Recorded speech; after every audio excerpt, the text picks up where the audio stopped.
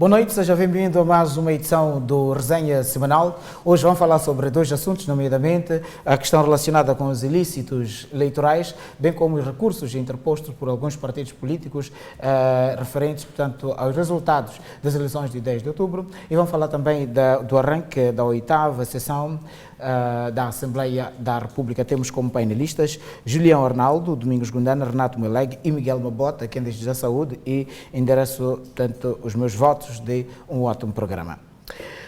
Bom, o Tribunal Supremo disse esta semana que, comparativamente às outras eleições que tiveram lugar no nosso país, estas autárquicas, portanto as quintas eleições autárquicas, foram as que menos ilícitos eleitorais registraram, bem como também restaram poucos recursos, portanto, interpostos pelos partidos políticos, contestando, portanto, os resultados eleitorais, pelo que, de facto, parece que este pleito eleitoral é classificado como sendo, ou como tendo sido, um dos melhores, portanto, dentro da história da democracia moçambicana.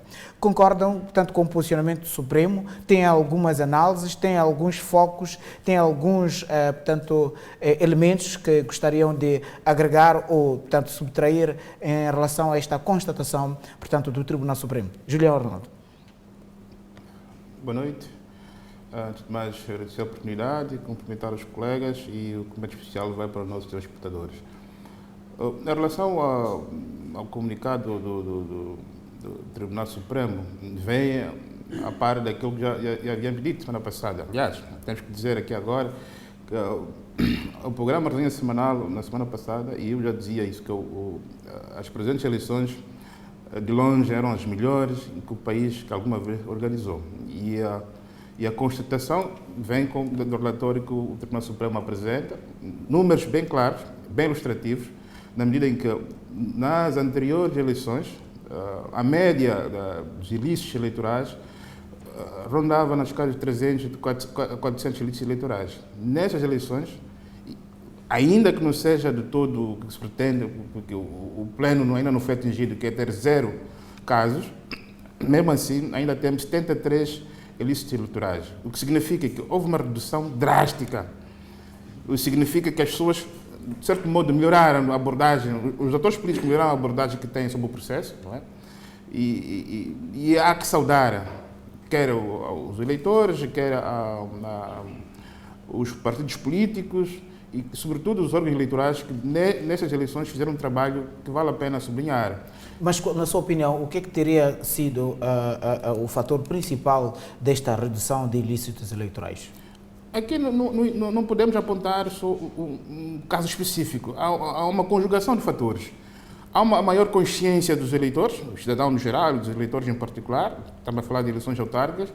Também, os próprios órgãos eleitorais fizeram um trabalho de base, que era a partir do processo de recenseamento, que era o processo da fase da campanha eleitoral, do processo de votação. E os partidos políticos também, em algum momento, tiveram que passar a mensagem que havia, e foi tão recorrente, de que essas eleições tinham que ser sob signo de paz, reconciliação e, acima de tudo, estamos entre irmãos ou adversários políticos e não tanto inimigos, porque em algum momento, numa primeira fase do processo eleitoral, até era compreensível que as pessoas não entendiam o que é eleições. Nesta fase, e pela participação em massa nessas eleições, estamos a falar de quase 60% de participação, demonstra que até o próprio eleitorado já começa a compreender o fenômeno das eleições autárquicas, razão pela qual, provavelmente, essa conjugação de fatores tenha beneficiado, em grande medida, a redução dos ilícitos eleitorais.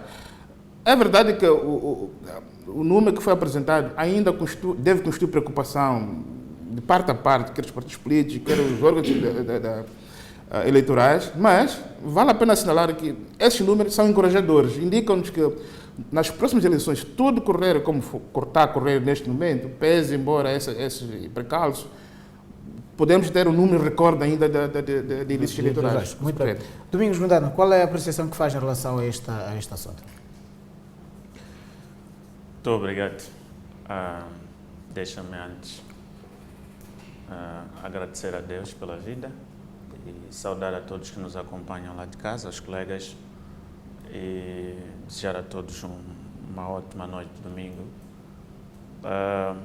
Primeiro é que quando estamos a falar de ilícitos eleitorais, estamos a falar de muitos assuntos que acontecem desde o princípio do processo até a votação e apuramentos. Os que o tribunal menciona foram aqueles casos que, de facto, conseguiram se dar entrada para esse órgão. Mas quero acreditar e do conhecimento de vários outros casos em que muitas das vezes ainda temos dificuldades, por exemplo, de presidentes das mesas aceitarem reclamações dos delegados de candidatura, e estes assuntos acabam tendo muitas das vezes intervenção dos membros da segurança naquela mesa e o assunto termina aí, acaba não entrando e não avançando para o passo seguinte. Este tipo de assuntos não chegam aos tribunais e não chegam às autoridades que hoje falam. Mas eu quero acreditar também que o índice de aprimoramento da educação cívica eleitoral e a forma consciente que as pessoas hoje exercem o seu direito cívico também cresceu. Estamos a falar de um processo de 53 autarquias. Essas coisas se chamam autarquias por serem zonas urbanas, em que as pessoas têm o domínio muito mais da matéria. E nestas eleições havia, de facto, o desejo total do cidadão de exercer o seu direito conscientemente. Mas não tenho a certeza de que o número avançado seja um número real de um processo que aconteceu como este nosso.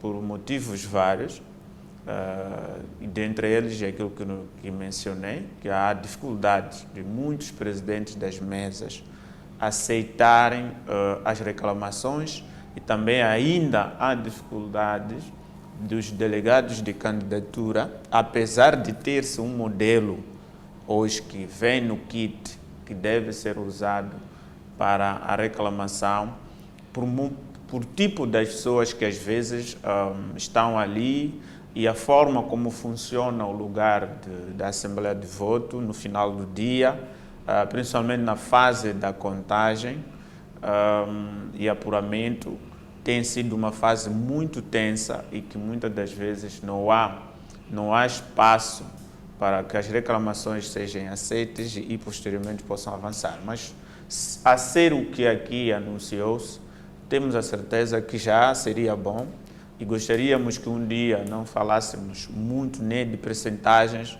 mas um processo é um processo, sempre vai haver questões que precisem da justiça. Agora, há uma coisa que ele falou que sobre os partidos, têm que aprimorarem as leis, têm que conhecerem as leis, principalmente nos recursos.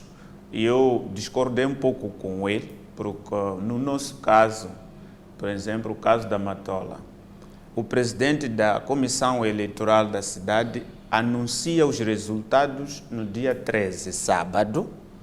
Domingo é um dia não de expediente. Os 48 horas contariam segunda e terça-feira. Sendo assim, Arnamo submete o recurso na segunda às 15, o mandatário chegou lá às 15, é recebido, e dizem que o tribunal já estava a fechar, não é? Mas é recebido. A pessoa que recebe é que coloca o dia seguinte que deve ser entregue aos visados. O edital não é possível ser fixado no dia 12, algo que ainda não se anunciou. Se anunciou no dia 13, como é que fixa o edital antes de anunciar os resultados que estão no edital? De onde veio o edital com o número 12?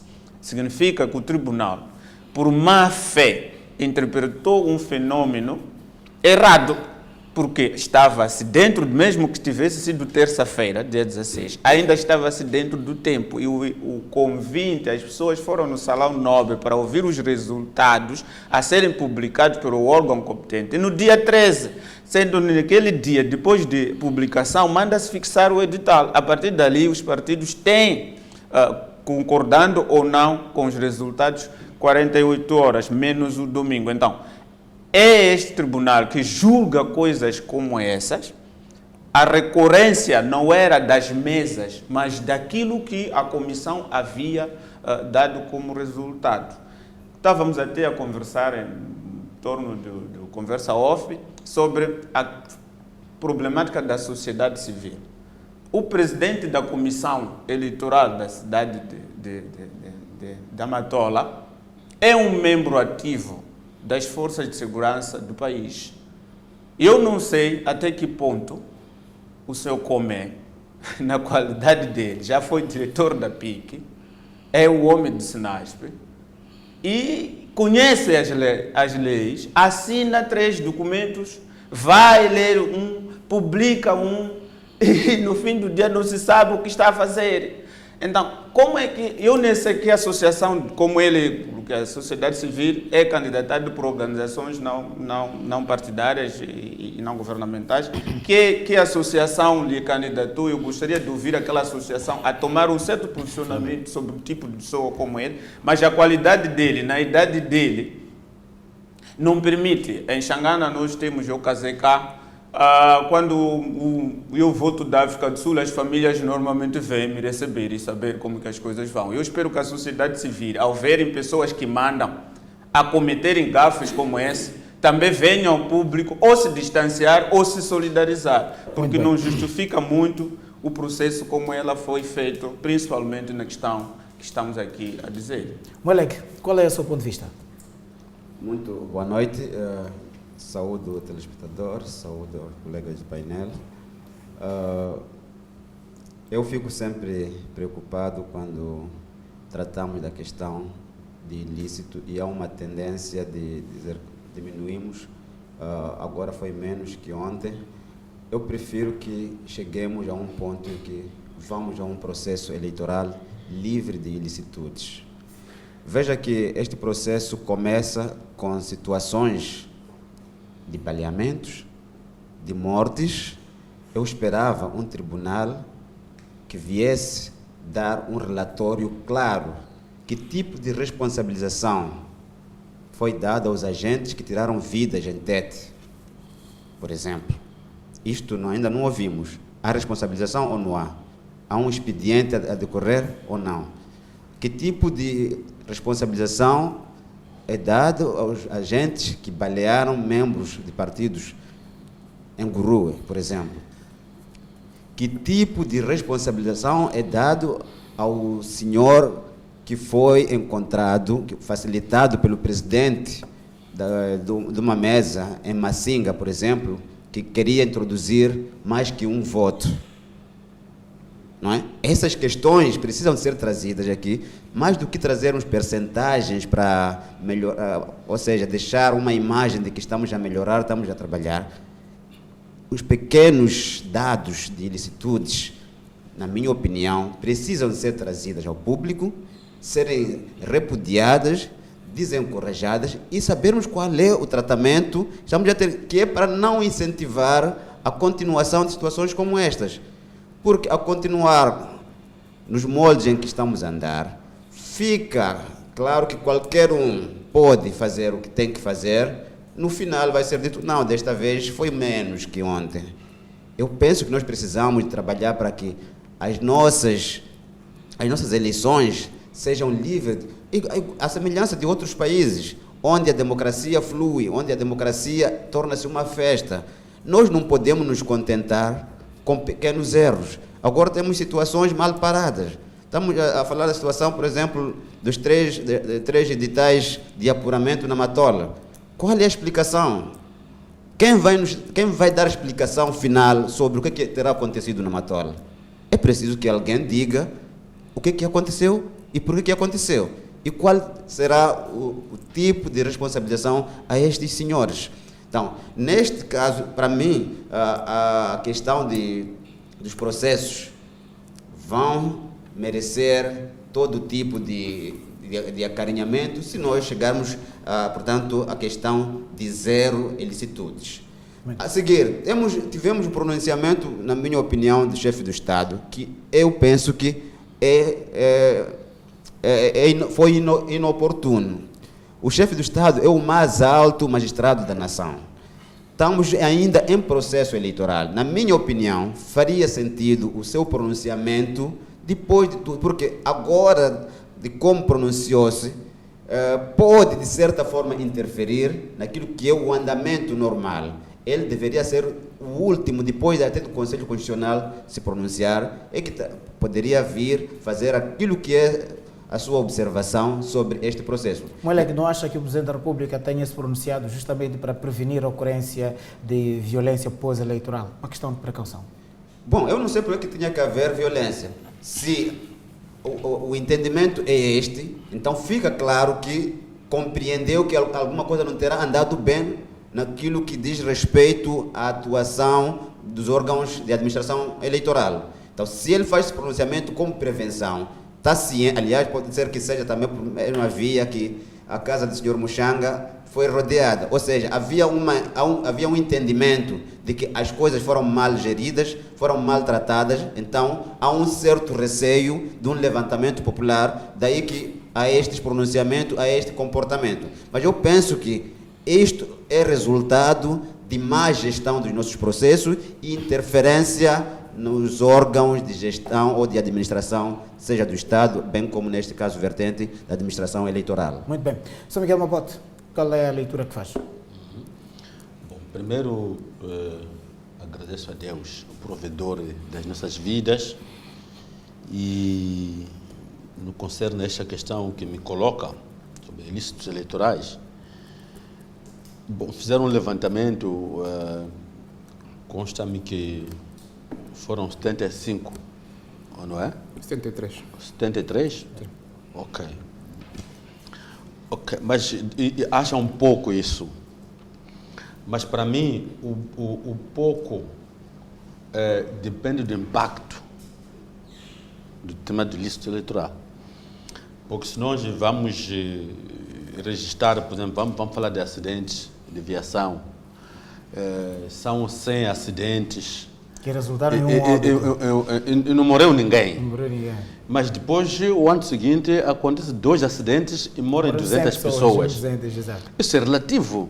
Não podemos dizer que com a ocorrência de poucos ilícitos eleitorais significa que o processo foi bom. Então, na sua leitura, o que é que aconteceu? Não podemos falar. Não é tão linear assim. Não é tão linear. Então, esta redução de casos de ilícitos eleitorais não é proporcional, portanto, ao impacto. Que exato. Ao impacto, ao embate, à envergadura daquilo que aconteceu, não é? E, para mim, tínhamos que avaliar o processo nesse sentido. Não em termos de número, mas em termos da envergadura, do choque que isso provocou, não é? Nem tinha sido um ilícito eleitoral, não é? Agora, mas qualitativamente, qual é o seu posicionamento em relação a este processo? Não. Este processo... Melhoramos ou não? Não. Os partidos é que melhoraram o desempenho, mas as entidades que geram o processo não melhoraram.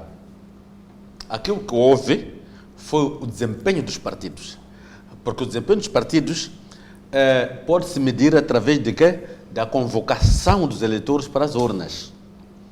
Está a perceber? Mas agora o resultado lá, a gestão do processo de votação, isso depende dos órgãos eleitorais. Então, para mim, não deu certo.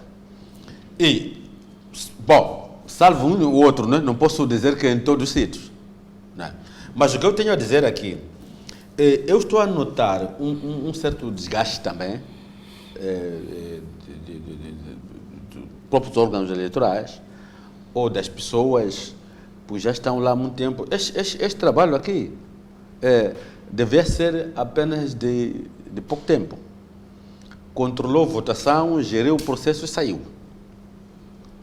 Quanto a mim, esta questão de gerir eleições. Porque trata-se de gerir a tramitação da entrega do poder para alguém. Você está a perceber?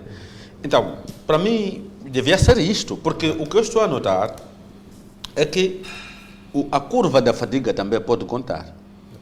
Não sei se está a perceber. Pode contar. E isso é muito importante. Eu vi isto. Isso porque em alguns municípios tem que se dizer que devia se dar ao César aquilo que ele pertence. Também a Deus aquilo que ele pertence. Concretamente, o que quer dizer? Devia ser assim. Concretamente, onde é que pretende chegar, Sr. Maputo? Não, em alguns sítios. Eu falo para pessoas maduras, não falo para crianças. Exato. Agora, o que eu tenho a dizer também aqui é que, doravante, esta questão de os membros da Comissão Nacional de Eleições representarem partidos políticos, não é? Aquilo vira um campo de batalha. Um campo de batalha aquilo. Portanto, a eleição é disputada a partir dos próprios órgãos eleitorais. Exatamente. Em vez de ser nas urnas, é ali. Daí que estamos a ver que há editagens, como que chamam?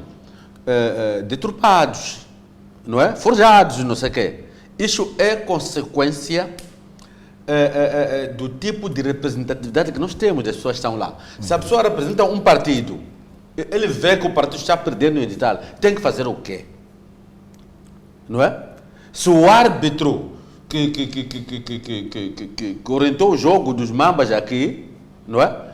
Fosse moçambicano, que o moçambicano tinha perspectiva a ganhar aqui no Zimpeto, não é? Ia fazer o quê se fosse moçambicano o árbitro?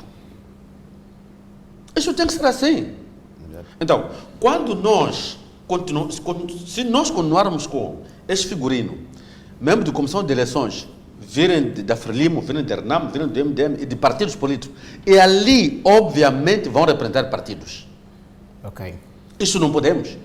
Então, não está com isso a querer reclamar também um assento para a coligação e povo, não? Olha, a coligação e povo, na Matola, teve mais de 9 mil votos. Na cidade de Maputo, teve mais de 16 mil votos. Não sei se está a perceber. Exato. Agora, isto aqui, nós não estamos representados na comissão de eleições. Exato. Sofremos mais por isso aqui. Muito bem. Vamos agora observar o primeiro intervalo. Voltaremos no próximo bloco para continuar a observar portanto, assuntos relacionados com os ilícitos eleitorais. Não sai daí? Até já.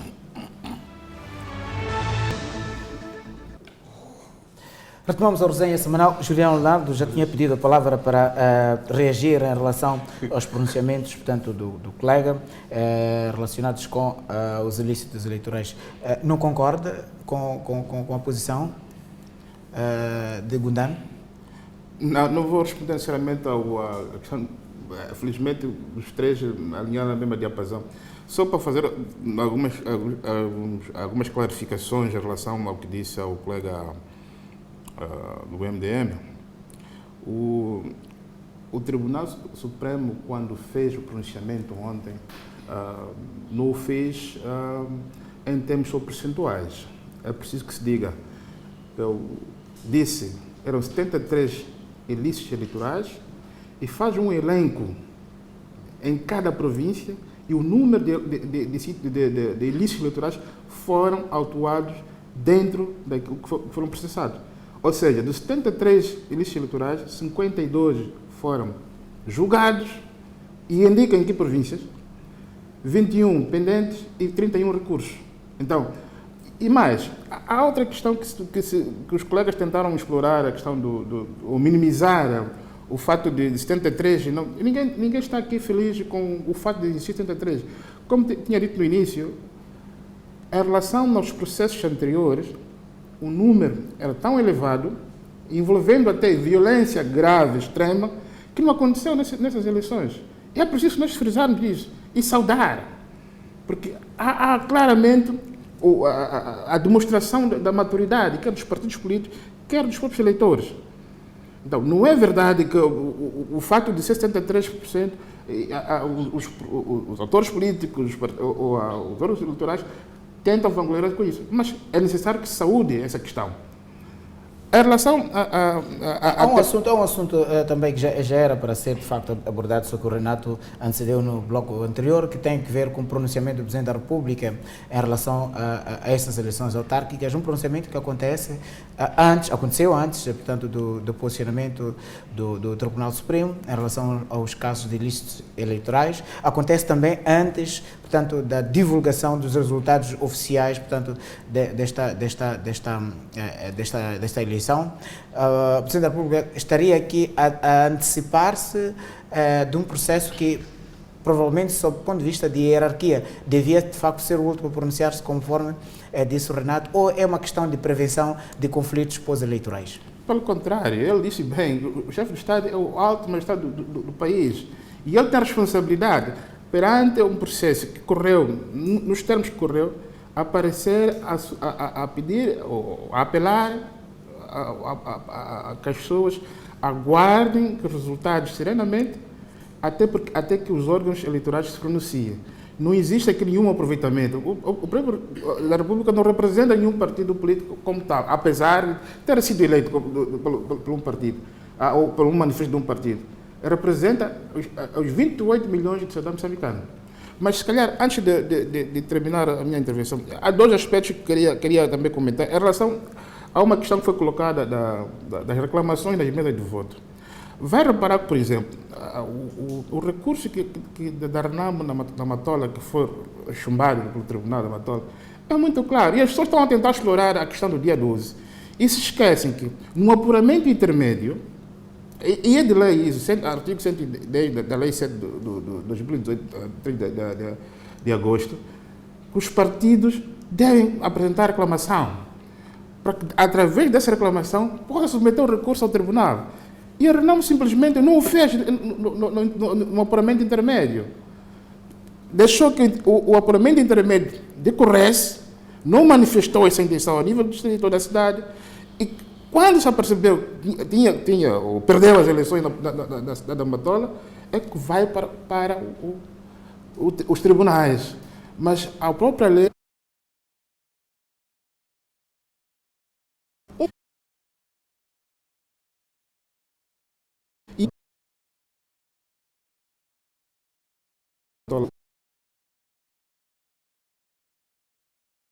reclamasse da contagem de votos. Não. Num apuramento intermédio, tem que se fazer a reclamação. É de lei. O artigo 110 da Lei 7 dá para os partidos políticos para poderem participar.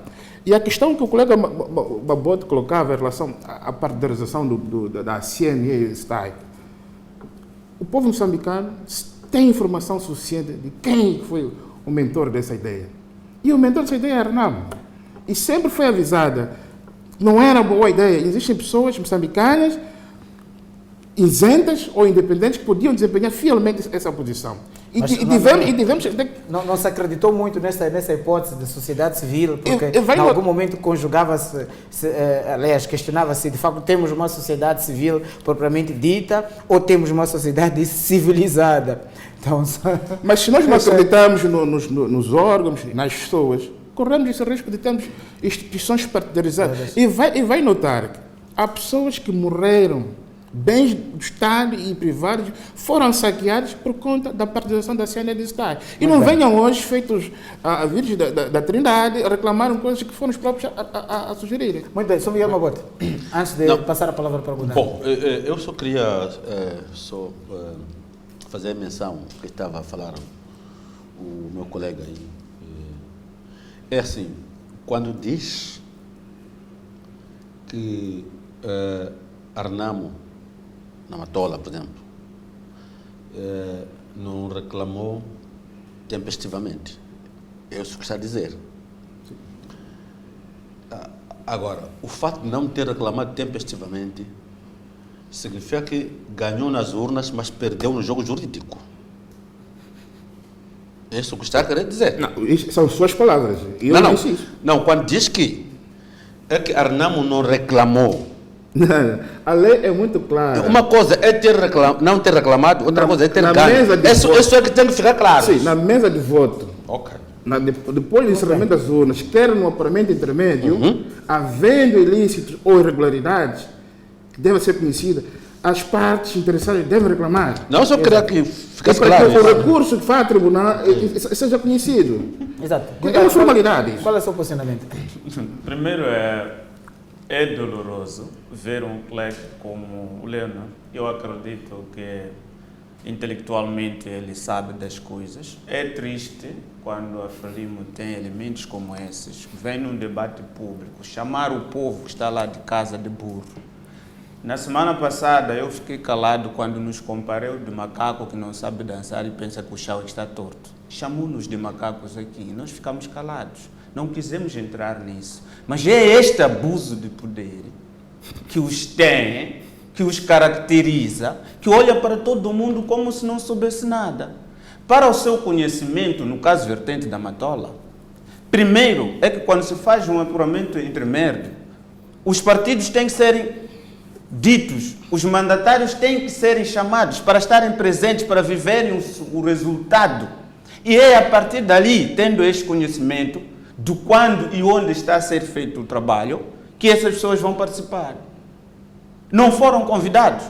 Talvez o mandatário da Frelimo tenha recebido carta e foi presenciar o apuramento intermédio, que foi feito talvez nos dias 11 e 12, porque o pronunciamento final foi no dia 13. Então não nos venha aqui chamar todo mundo que está lá de casa e vai me dizer que o Muxanga, candidato derrotado, de boca cheia mesmo, falar para o povo da Matola o que estás a dizer. Nós estamos a imaginar uma situação que o seu Coça, como candidato perdedor, que a Frelimo na Matola, como candidato perdedora, estaria a passar momentos hoje de prisionar a população. E nós estamos a dizer que não, o caminho ainda não terminou. Vamos à paz, estamos a falar da paz, queremos que as pessoas entendam, foi um voto que usaram e é possível fazer isso. Dizia aqui o irmão Mabote, e não quis mencionar os municípios, a luta para um partido que está a governar um país, que tem os governos provinciais, distritais, postos administrativos e localidades, vai criar situações que levem a uma população à rua por causa de um município como Matola, por causa do município como Atize, por causa do município como Arromeu, por causa do município como Alto Mologo, por causa do município como Munapo. Eu penso que a Frelimo tem quadros para falarem para um país de paz e não pessoas que chegam aqui e chamam todo mundo que votou, todo mundo que está preocupado com eleições, de pessoas que não sabem nada. Eu acho que isso não gostaria. Domingo passado fiquei calado quando deu aquele exemplo, que nós éramos macacos porque estávamos a dançar no chão torto. Hoje vem com essa. Meu irmão, o que nós impugnamos, o que nós escrevemos, é o resultado anunciado. E isto é de lei, é o edital da Comissão de Eleições. Infelizmente, a própria comissão, nós escrevemos para a comissão, até hoje o presidente da SEC da Matola não se sabe onde anda, não se reúne, não apreciaram nenhuma coisa que foi feita pelos partidos, até agora. Ok. Uma coisa só, deixa eu terminar. O caso do presidente da República. O presidente da República veio com duas faces.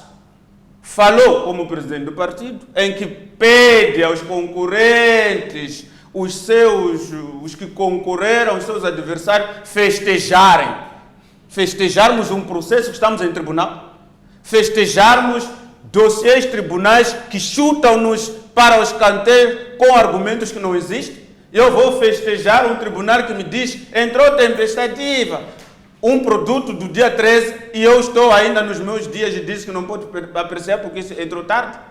Este discurso de festejar não é um discurso do Presidente da República, é um discurso do Presidente da Frelimo, que ele está satisfeito com os resultados e já está a festejar. Agora, como Presidente da República, para mim, de facto, devia deixar o processo sair dos tribunais e se o fizesse antes da votação, e deviam fazer no fim do processo, Porque neste momento não há nenhum partido que está interessado em levar ninguém na rua. Não há nenhum partido que demonstra que precisa de criar conflitos neste país. O que estamos a dizer é que as eleições devem nos conduzir para uma reconciliação e não criar situações como essas. Muito bem, Gundar. Só vou deixar o Renato também tecer alguns comentários rápidos antes de passar a palavra ao Sr. Mapota.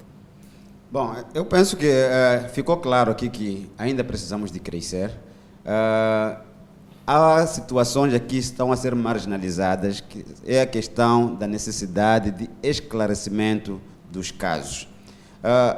Pequenos focos, nós hoje não estaríamos de facto aqui a degladiar, a tentar trazer que houve aqui problema, não houve ali.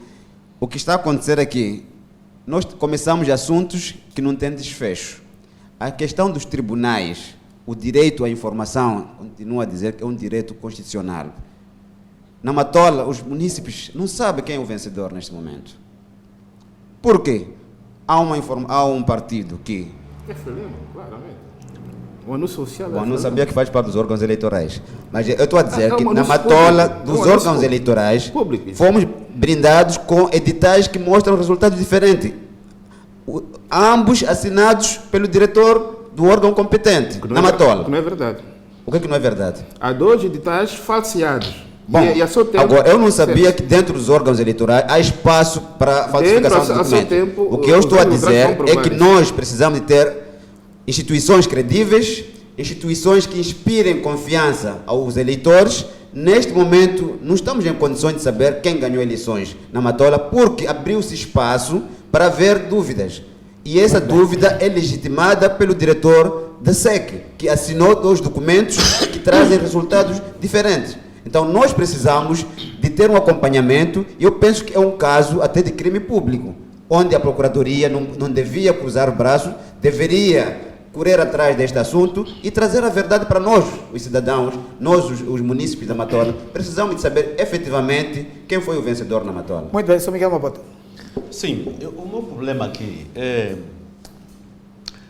quem votou nessas eleições, na sua maioria, é aquele cidadão não muito escolarizado. Temos que contar com essa parte também, que precisa de um esclarecimento. Não sei se está a perceber. Exato. Porque essa apresentação do Tribunal Supremo, quando diz que chumba os recursos porque entraram tarde, não sei se está a perceber, isso não satisfaz. Porque as pessoas não querem saber se o recurso entrou tarde ou não, querem saber quem ganhou. Devia dizer que não. Aqui, nesta reclamação, o vencedor foi o fulano.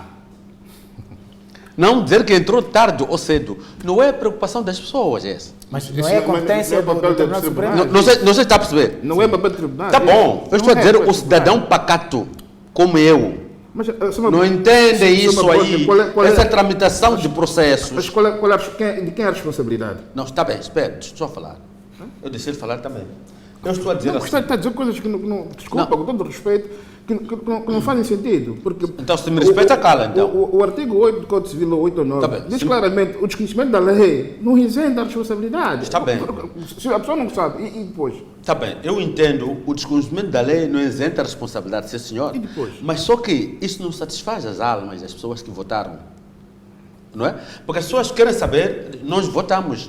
É dizer, olha, entrou tarde e mesmo assim esta lista perdeu. É isso que as pessoas querem ouvir.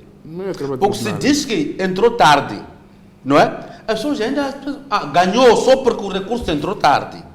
Isso alimenta outros sentimentos. Mas o Tribunal Supremo a fazer isso não estaria a usurpar as competências do Conselho Constitucional? Não. É que para mim, este processo primeiro começou pela divulgação de resultados, não é? Então, cada parte reclamava vitória. Não sei se está entendendo. Então, não tendo havido consenso, canaliza-se o processo para uma outra instância. Exato. Eu estou a dizer que, por norma, para pessoas entendidas na matéria. Não é o Tribunal Supremo que devia fazer o quê? Dizer quem ganhou, quem perdeu. Mas quando sai, diz que chumba um determinado recurso, não é? Por causa da intempestividade do tempo que deu entrada lá, isso para as pessoas não satisfaz. Estou a dizer isso. Muito bem. Não sei se está a perceber. Não satisfaz. Porque não é isso que as pessoas querem ouvir. Exato. As pessoas querem ouvir quem perdeu e quem ganhou. E mais, para pôr o comboio nos caris também. Ouvi falar aqui de fulano que perdeu, fulano que ganhou. Acho que estas eleições não foram indivíduos que concorreram. Não há nenhum nome que perdeu, não há nenhum nome que ganhou de indivíduos. Essas eleições foi uma lista. Foram os partidos que concorreram. Eu acho que devemos colocar as coisas assim. Muito bem, muito obrigado, Sr. Mabota. Vamos observar mais um rápido intervalo. Estaremos no próximo bloco para tratar o outro assunto que tem a ver com o arranque da 8ª sessão ordinária da Assembleia da República. Até já.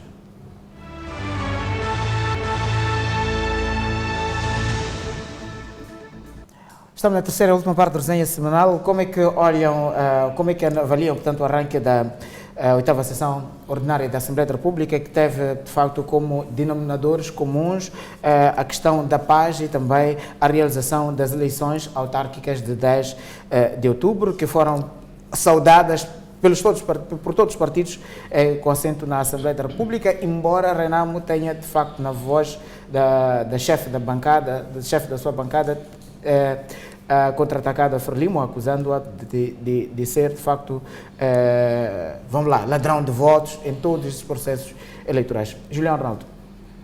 Ora, o pronunciamento da chefe da bancada da Renamo começa a ser uma coisa natural.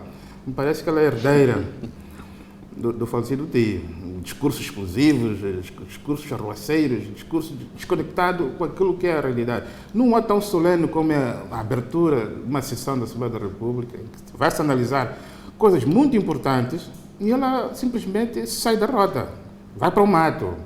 E isso começa a ser corrente. E vai lembrar que, mesmo a quando da morte e o funeral do Estado que foi conduzido ao líder Renamo, ela foi a única também a sair da rota e fazer discurso fora do contexto. E isso deve ser preocupante e de ser motivo até de condenação pública. Mas em relação a toda a abertura, espero que seja até o dia 20 de dezembro que aconteça contendo e que as principais leis que vão ser debatidas sejam aprovadas e sejam de consenso. E é que destacar que nessa sessão que iniciou nesta semana, que termina hoje, teremos o informe do chefe do Estado, que será o ponto mais alto, do Provedor de Justiça e o debate e a aprovação do Orçamento do Estado, em princípio. E espero que esse instrumento que é importante para o funcionamento do país, que vale lembrar que também, falando do Orçamento do Estado, que será o 4º Orçamento do Estado que o país conhece, sem intervenção dos tradicionais parceiros internacionais. Exato. Gundano. Muito obrigado. Primeiro queria dizer que os colegas falavam aqui da CNE, o colega dizia que a CNE é produto da Renamo, mas quando a gente gradeia a nossa casa, não quer dizer que estamos 100% seguros, há sempre um ladrão que pode vir entrar. Então, a Renamo, ao discutir a CNE, está no equilíbrio. A Frelimo é maioria na CNE, ela existe, os órgãos eleitais são dirigidos por agentes de concurso público, o presidente vem de concurso público, então se roubam votos, se fazem o que fazem só porque, se a Renamo dizer que roubaram, não pode dizer porque os senhores já que disseram que tínhamos que ter CNE onde nós somos a maioria. A Frelimo é a maioria na CNE. Tivemos aqui o caso de chumbo dos nossos cabeças de listas, eles votaram a favor do chumbo, eram a maioria, venceram nisso. É o que estão a fazer. Então, se querem se aproveitar disso, porque nós já aceitamos uma lei que dissemos que devíamos estar juntos lá, e por isso estarmos lá, por isso o fator de estarmos lá, estamos a ver que os senhores fizeram isso.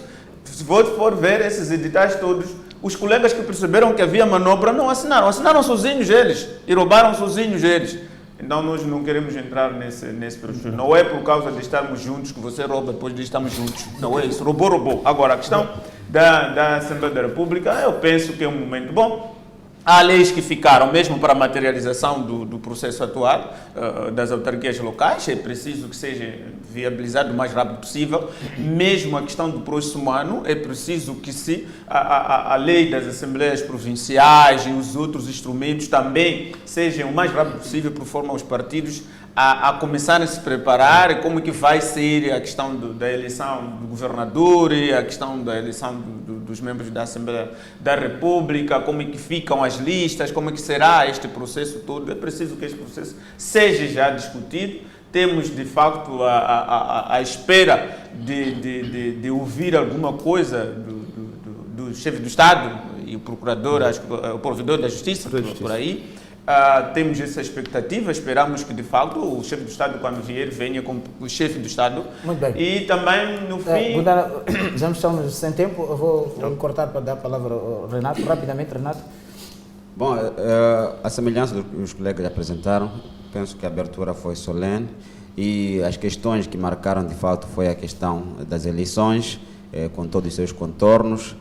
Lembro que o nosso chefe da bancada parlamentar do MDM fez menção àquilo que foi o histórico, digamos, do resultado do MDM, tendo destacado o quarto poder que foi manipulado nos últimos tempos contra o MDM, e isto foi visível, todo o cenário que foi produzido em torno da imagem do MDM e os seus dirigentes, que de certa forma não passou despercebido e os resultados até foram de certa forma penalizador. Foi também destacada a questão da necessidade de pacificação do país. Este é a retenção daquilo que é o clamor dos moçambicanos, que pedem que os políticos decisores ouçam esta situação. Estamos a sair de uma eleição que, na minha opinião, não reflete este pedido dos moçambicanos, que tenhamos um país de paz. Portanto, fica nas mãos dos políticos, representantes da Assembleia da República, a necessidade de aprovar leis com responsabilidades, aprovarem leis que estejam em consonância com aquilo que são as intenções reais do nosso país para o nosso progresso e, portanto, está lá aberto tanto o espaço para uma convivência política. Muito obrigado, Sr. Miguel Mabote, mesmo para encerrar rapidamente. Exato. Bom, eu tenho uma questão remanescente, apenas por um toque. O discurso do Sua Excelência o Presidente da República sobre eleições. Bom, para mim, o teor em si foi bom, mas o tempo, porque para mim, tendo em vista que está agendado, portanto, o informe anual do Presidente da República, na Assembleia da República, não é? Eu acho que para mim devia ter dado um compasso de espera que esta matéria ia abarcar, portanto, nesse informe, porque obrigatoriamente ele vai ter que abordar. Só que pronto, o resultado eleitoral vai ser divulgado daqui a uma ou 2 semanas. Exatamente. Então, mas agora, não concerne a questão da sessão da Assembleia da República, é aquilo que eu dizia, que a batalha que aconteceu nas campanhas foi levada também para a Assembleia. Exato. Então, é isso que eu tenho discutido. Olha, cada tempo é um tempo, cada momento é um momento. Exato. Tenho isto a dizer. Muito obrigado pela vossa presença e pelos comentários que fizeram em relação a esses 2 principais temas que corporizaram a edição de hoje do Resenha Semanal. Agradecer também a si, caro telespectador, pela audiência e muito obrigado. Até a próxima ocasião.